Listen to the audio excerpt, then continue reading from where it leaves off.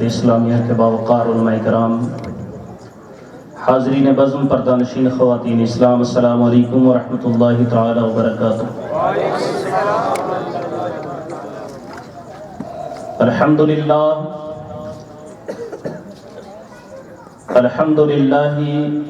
کفا وسلام علی عبادہ الذین اصطفیٰ، اما بعد فاعوذ باللہ من الشیطان الرجیم، بسم اللہ الرحمن الرحیم۔ قال اللہ تبارک و تعالی فی القرآن المجید والفرقان الحمید، ما اصابکم من مصیبت فبما کسبت ایدیکم، آمنت باللہ صدق اللہ مولانا العظیم، وبلغنا رسولہ النبی الکریم، ونحن على ذلك لمن الشاہدین والشاکرین، والحمد للہ رب العالمین۔ کوئی صدیق سافر صاحب ایمان پیدا ہو، عمر سا پھر کوئی یارب جری انسان پیدا ہو، رگے اسلام میں خون حمیت کاش پھر دوڑے، کہیں بار الہ پھر سے اب عثمان پیدا ہو۔ سمجھ بیٹے ہیں ظالم کند ہیں مسلم کی شمشیریں، سمجھ بیٹے ہیں ظالم کند ہیں مسلم کی شمشیریں،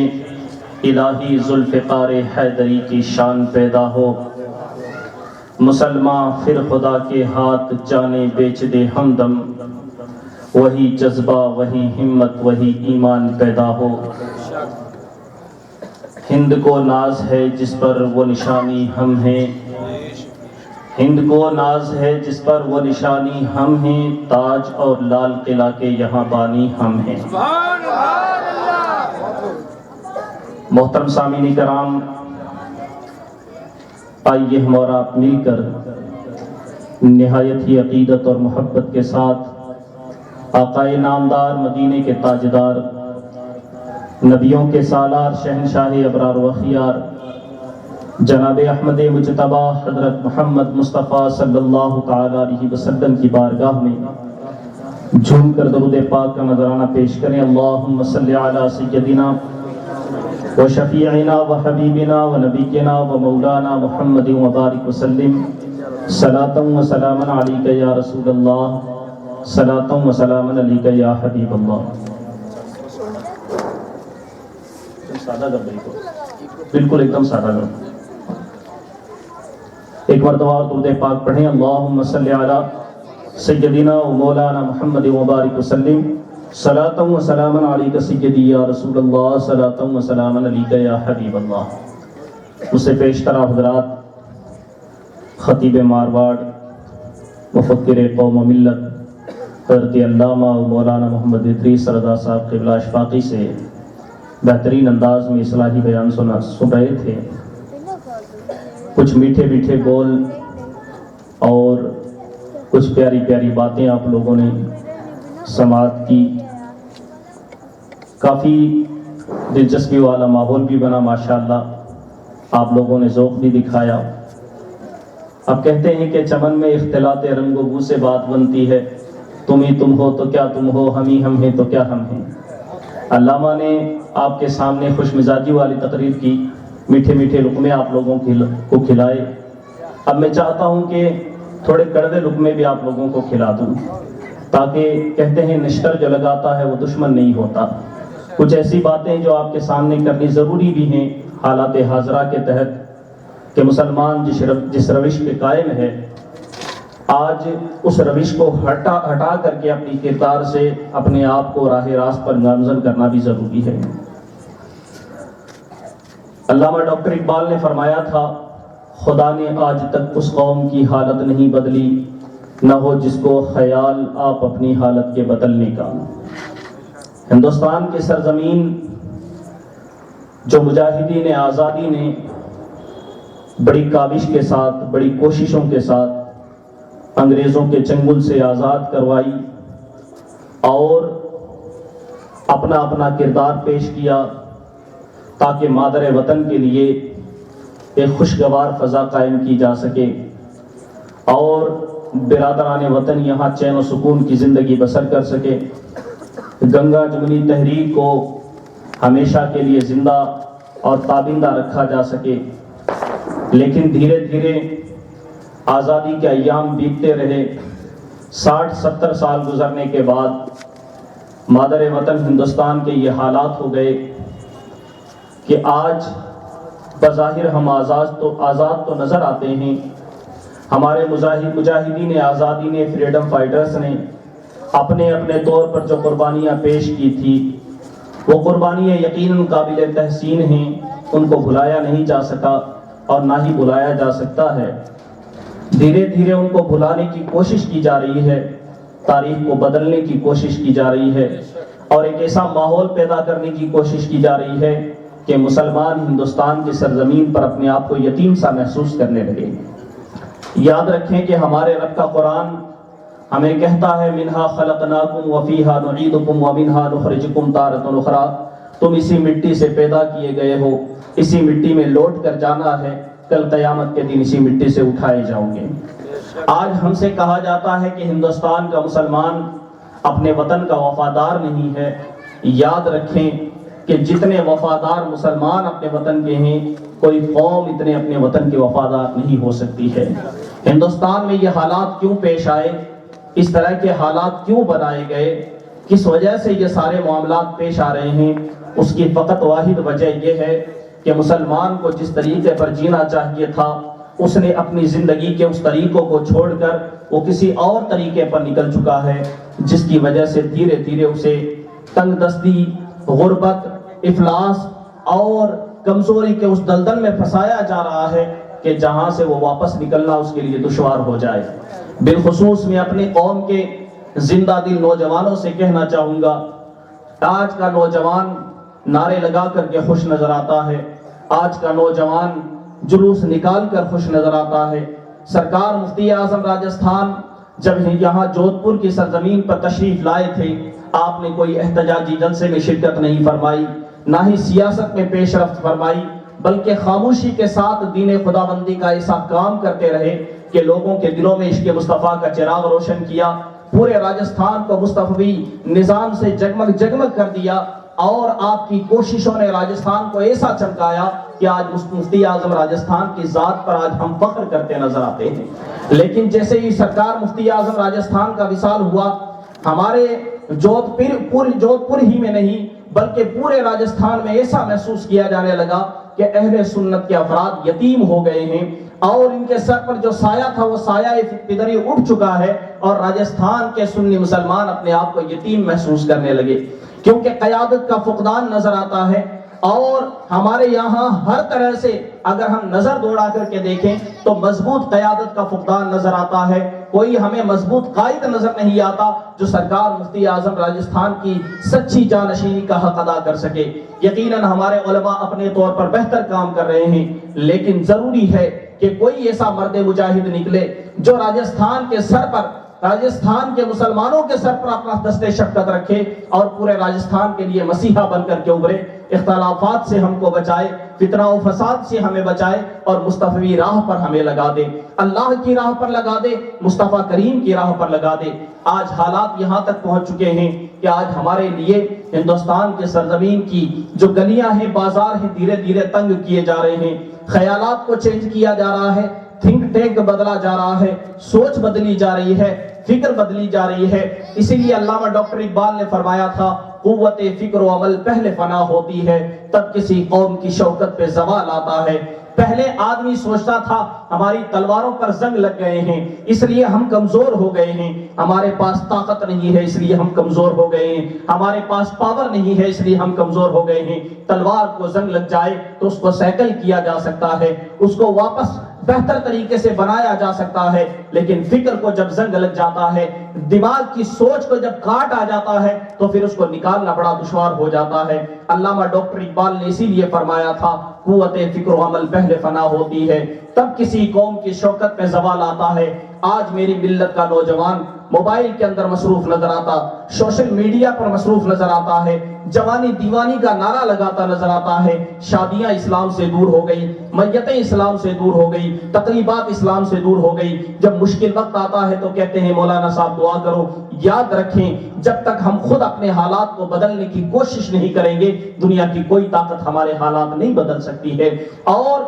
علامہ ڈاکٹر اقبال نے فرمایا تھا، جگہ جگہ کے تھک چکے ہیں تمہیں ہنگامے، نشاط و لذت خواب گراں بدل ڈالو، غلط روی سے منازل کا بعد بڑھتا ہے، مسافروں روش کارواں بدل ڈالو، نہ سنبھلو گے تو مٹ جاؤ گے اے سنی مسلمانوں، تمہاری داستان تک بھی نہ ہوگی داستانوں میں۔ آج سیاست میں ہماری پہنچ نہیں، ایجوکیشن کے فیلڈ میں ہماری پہنچ نہیں، آج مالی اعتبار میں معیشت کے اعتبار سے ہم دیکھیں اکانومی میں ہماری کوئی پہچان نہیں ہے۔ مسلمانوں کی معیشت تباہ کر دی گئی، مسلمانوں کا علمی معیار تباہ کر دیا گیا، مسلمانوں کی سوچ اور فکر تباہ کر دی گئی، اور ہمارا بھائی آج بھی تاش کھیلتا نظر آتا ہے، آج بھی فلمیں ڈرامے دیکھ کر کے روتا اور ہنستا نظر آتا ہے، آج بھی وہ ٹی وی کے سامنے بے حیا مناظر دیکھ کر کے خوش ہوتا نظر آتا ہے۔ یہ جوانی اللہ نے تمہیں عطا فرمائی ہے، تمہیں جوانی اس لیے نہیں دی گئی کہ تمہاری جوانی رات رات بھر جاگ کر موبائل پر تمہاری جوانی گزر جائے، تمہاری جوانی اس لیے نہیں دی گئی تم فلمیں ڈرامے دیکھتے نظر آؤ۔ اگر تمہیں جوان ہی بننا ہے تو خالد بن ولید جیسا جوان بن کے دکھاؤ، محمد بن قاسم جیسا جوان بن کے دکھاؤ۔ یقیناً آج کی مائیں محمد بن قاسم پیدا نہیں کر سکتی، لیکن محمد بن قاسم کا غلام تو پیدا کر سکتی ہے۔ وہ فاطمہ تھی جنہوں نے سیدنا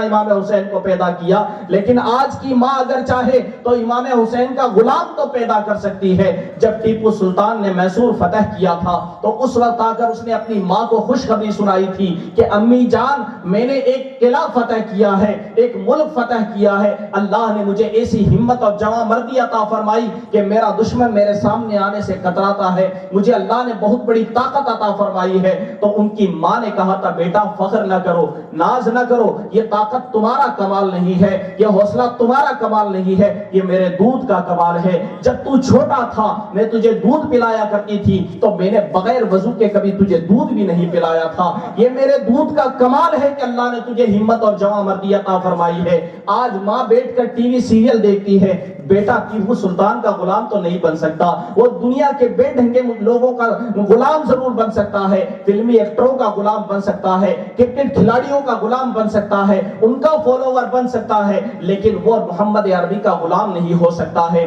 آج کا نوجوان دیکھو آڑے ترچے بال کٹوا کر کے بے ڈھنگے لباس پہن کر کے فخر کرتا نظر آتا ہے۔ ارے یار تم لوگ کن لوگوں کو فالو کر رہے ہو جو تمہیں جانتے تک نہیں، جو تمہیں پہچانتے تک نہیں، تم ان کا نام لے کر فخر محسوس کرتے ہو۔ ان کے جیسی ہیئر سٹائل میری ہونی چاہیے، ان کے جیسا ڈریس سینس میرا ہونا چاہیے، ان کے جیسے لباس میرے ہونے چاہیے۔ یقیناً تم کر رہے ہو، لیکن کبھی تمہیں اس میں بھلائی نظر آئی؟ تم کس کو فالو کر رہے ہو؟ کیا وہ تمہیں جانتے ہیں؟ ذرا میرے آقا کی سیرت دیکھو، حضور پیدا ہوئے تو فرمایا رب حب لی امتی، جب عرش اعظم پر تشریف لے گئے تو فرمایا رب حب لی امتی، جب قبر میں تشریف لے گئے تو میرے آقا کے ہونٹ جنبش کر رہے ہیں، صحابی کان لگا کر سنتے ہیں، آواز آتی ہے رب حب لی امتی، اے اللہ میری امت کو میرے ہبا فرما دے۔ وہ مصطفیٰ کریم جو پیدا ہوتے ہی تمہیں یاد کریں، وہ مصطفیٰ کریم جو عرش اعظم پر تمہیں یاد کریں، جو تمہیں اپنی قبر میں بھی یاد کریں، جو نہ بھولا ہم غریبوں کو رضا، یاد اس کی اپنی عادت کیجئے۔ کس کو تم یاد کرتے پھرتے ہو؟ اس مصطفیٰ کریم کے اتنے احسانات ہیں تمہارے اوپر، ذرا مصطفیٰ کریم کی سیرت کو اپناؤ، حضور کے کیریکٹر کو اپناؤ، تمہاری دنیا بھی کامیاب ہو جائے گی، تمہاری آخرت بھی کامیاب ہو جائے گی۔ آج کے حالات جس طریقے سے جس راہ پر ہمیں لے جا رہے ہیں اس راہ پر ہمیں جانے کی ضرورت نہیں ہے،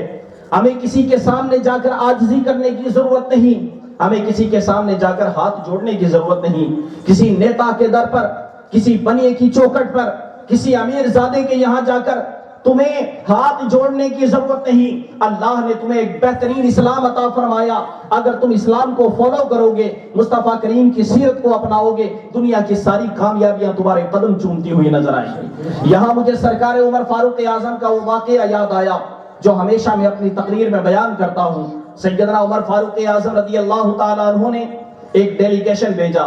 ایک گروپ بھیجا بیت المقدس فتح کرنے کے لیے، بیت المقدس جیتنے کے لیے ایک چند لوگوں کا گروہ بھیجا کہ وہ جائیں پہلے بات چیت کے ذریعے مسئلہ حل کریں۔ حضرت ابو عبیدہ ابن جراح رضی اللہ تعالیٰ عنہ جو عشرہ مبشرہ میں سے بھی ہیں اور جسے امین امت بھی جنہیں کہا جاتا ہے، ان کی سربراہی میں 7-8 لوگوں کا گروپ بیت المقدس پہنچا۔ بیت المقدس عیسائیوں کے قبضے میں ہے۔ بیت المقدس کے بارے میں ان کی وارتا ہوئی، بیت المقدس کے بارے میں ان کی میٹنگ ہوئی۔ حضرت امیر امت ابو عبیدہ بن جراح نے ان کے سامنے اسلام پیش کیا اور کہا یہ قبلہ اول ان پر مسلمانوں کا حق ہے، بس مسجد اقصی پر مسلمانوں کا حق ہے اور گنبد صخرہ پر مسلمانوں کا حق ہے، ہماری پراپرٹی ہمارے سپرد کر دی جائے۔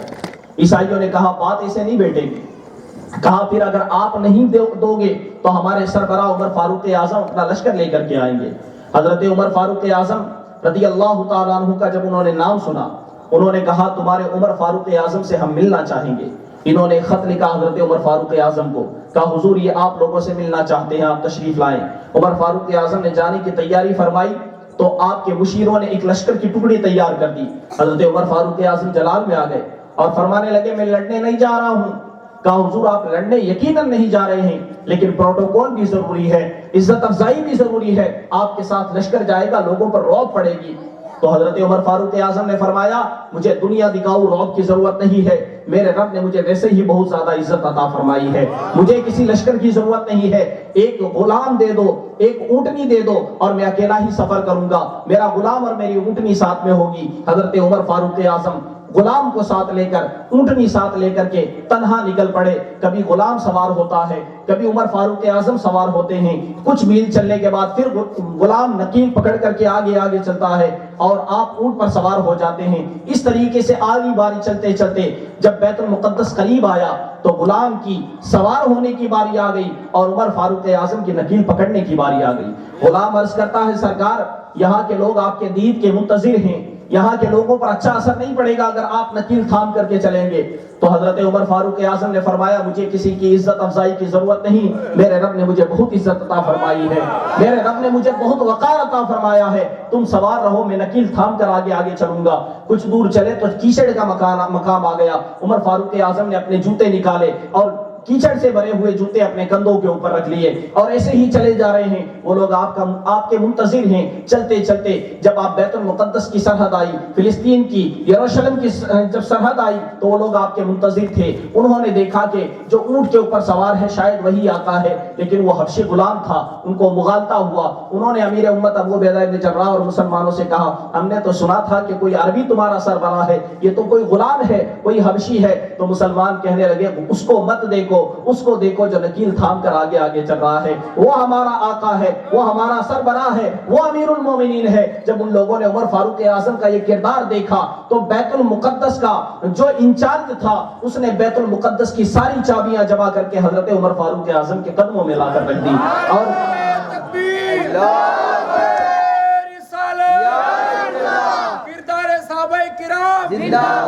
سیدنا عمر فاروق اعظم نے جب دیکھا کہ بیت المقدس کی چابیاں بغیر لڑے بھڑے میرے قدموں میں رکھ دی گئی، اتنا بڑا ملک فتح ہوا، مسجد اقصی قبضے میں آ گئی، بیت المقدس فتح ہو گیا، ہونا تو یہ چاہیے تھا شور شرابہ کرتے، جشن مناتے، لیکن واہ عمر فاروق اعظم آپ کی عظمت کو سلام، اللہ نے اتنا بڑا مقام و منصب عطا فرمایا۔ عمر کا سینہ چوڑا نہیں ہوا بلکہ فوراً اپنی پیشانی کو بارگاہ خداوندی میں رکھ دیا، اللہ کی بارگاہ میں سجدہ کر دیا، رب کی بارگاہ میں سر جھکا دیا، رب کی بارگاہ میں رو کر عرض کرتے ہیں میرے مالک عمر کی یہ تو اوقات نہیں تھی کہ اسے اتنی عزت دی جاتی، مولا یہ تیرا کرم ہے کہ تو نے عمر کو اتنی عزت عطا فرمائی ہے۔ پھر حضرت ابو عبیدہ بن جراح کے کندھوں پر ہاتھ رکھا انہوں نے اور ایک درخت کی اوٹ میں لے گئے، رونے لگے زار و قطار اور رو کر کے ایک تاریخی جملہ ارشاد فرمایا۔ آج بھی اگر ہم اپنی سیرت میں اس جملے کو یاد رکھیں تو حضرت عمر فاروق اعظم کا یہ جملہ ہمارے لیے ہماری زندگی کو سنوارنے کے لیے بہترین نمونہ عمل ہے۔ فرماتے ہیں انا کنا اذل قوم، ہم بہت ہی ذلیل قوم تھے، ہم بہت رسوا قوم تھے، ہم ایسے لوگ تھے جن کی کوئی عزت نہیں تھی، جنہیں کوئی پوچھتا نہیں تھا۔ انا کنا اذل قوم فعزنا اللہ بالاسلام وعزنا اللہ بمحمد صلی اللہ علیہ وسلم، ہم بڑے ذلیل لوگ تھے، اللہ نے اگر ہمیں عزت عطا فرمائی ہے تو مصطفیٰ کے قدموں سے عطا فرمائی ہے، اللہ نے ہمیں عزت عطا فرمائی ہے تو اسلام کے صدقے میں عطا فرمائی ہے۔ اور پھر فرماتے ہیں اے ابو عبیدہ بن جراح میری بات یاد رکھنا، اگر اس در کو چھوڑ کر ہم نے کہیں اور عزت تلاش کرنے کی کوشش کی تو اللہ ہمیں ذلیل فرما دے گا، اللہ ہمیں رسوا کر دے گا، اللہ ہمیں بدنام کر دے گا۔ آج دیکھیں ہمارے حالات یہی ہیں، ہم عزت تلاش کرنے کے لیے کبھی امیر کا سہارا لیتے ہیں، کبھی سیاستدان کا سہارا لیتے ہیں، پولیٹکس میں جانے کی کوشش کرتے ہیں، بنی کی چوکٹ پر سر جھکانے کی کوشش کرتے ہیں، آفیسر کے سامنے جھکنے کی کوشش کرتے ہیں۔ ارے تمہیں کہیں جانے کی ضرورت نہیں ہے، مصطفیٰ کریم کی غلامی اپنا لو، اللہ رب کریم تمہیں سب سے بڑی عزت عطا فرما دے گا۔ ان کے جو ہم غلام تھے، خلق کے پیشوا رہے، ان سے پھرے جہاں پھرا آئی کمی وقار میں۔ آج ہمیں تانا دیا جاتا ہے، جب بری رسومات کو بند کرنے کی بات آتی ہے تو لوگ تانا دیتے ہیں یہ مولویوں کا کام ہے، مولوی چاہتے ہیں کہ جلسے کرواؤ، مولوی چاہتے ہیں کہ نبی کا جشن ہونا چاہیے، مولوی چاہتے ہیں کہ ہمیں بلا کر کے تقریریں کرو، مولویوں کو برا بھلا کہا جاتا ہے۔ ارے یار، یہ مولوی تمہارے لیے حکیم ہیں، تمہارے لیے حکمت کا کام کرتے ہیں، تم لوگوں کی زندگی کی اصلاح کرنے کی کوشش کرتے ہیں۔ مولویوں کو برا کرنے والے سوچیں، تم پیدا بھی ہوتے ہو تو سب سے پہلے مولوی کی ضرورت پڑتی ہے تمہارے کان میں اذان دینے کے لیے، جب تم بڑے ہو جاتے ہو تو تمہارے بچوں کو پڑھانے کے لیے بھی مولوی کی ضرورت پڑتی ہے، پھر اس کے بعد جب تمہاری شادی ہوتی ہے تو نکاح کے لیے بھی مولوی کی ضرورت پڑتی ہے، پھر جب تمہارا انتقال ہو جاتا ہے تو جنازے کے لیے بھی مولوی کی ضرورت پڑتی ہے، پھر جب تم دفن کر دیے جاتے ہو تو بخشش کی دعا کے لیے بھی مولوی کی ضرورت پڑتی ہے۔ مولویوں کو تم نے کھیل تماشا سمجھ رکھا ہے، یہ مولوی ہی تو ہیں جس کی وجہ سے آج پورے ہندوستان میں تمہیں آزادی نصیب ہوئی ہے۔ ایک مدرسے کا مولوی علامہ فضل حق خیر آبادی جب فتویٰ ظاہر کرتا ہے، اے مسلمانوں تمہارے اوپر انگریزوں کے خلاف جہاد فرض ہے، مسلمانوں میں جذبہ پیدا ہوا۔ 1857 کے دور کے اندر یہ آگ لگی، انگریزوں کے خلاف مسلمانوں نے علم بغاوت بلند کیا کہ ہمارا ملک ہندوستان ہمارے سپرد کر دو۔ علامہ فضل حق خیر آبادی کے اس فتوے نے مسلمانوں میں اتنا جذبہ پیدا کیا کہ یہ 1857 سے لے کر کے 1947 تک جو جنگ لڑی گئی، اللہ نے آزادی کے شکل میں ہمیں بہت بڑا تحفہ عطا فرمایا۔ آج ہم نے مولویوں کو کیا سمجھ رکھا؟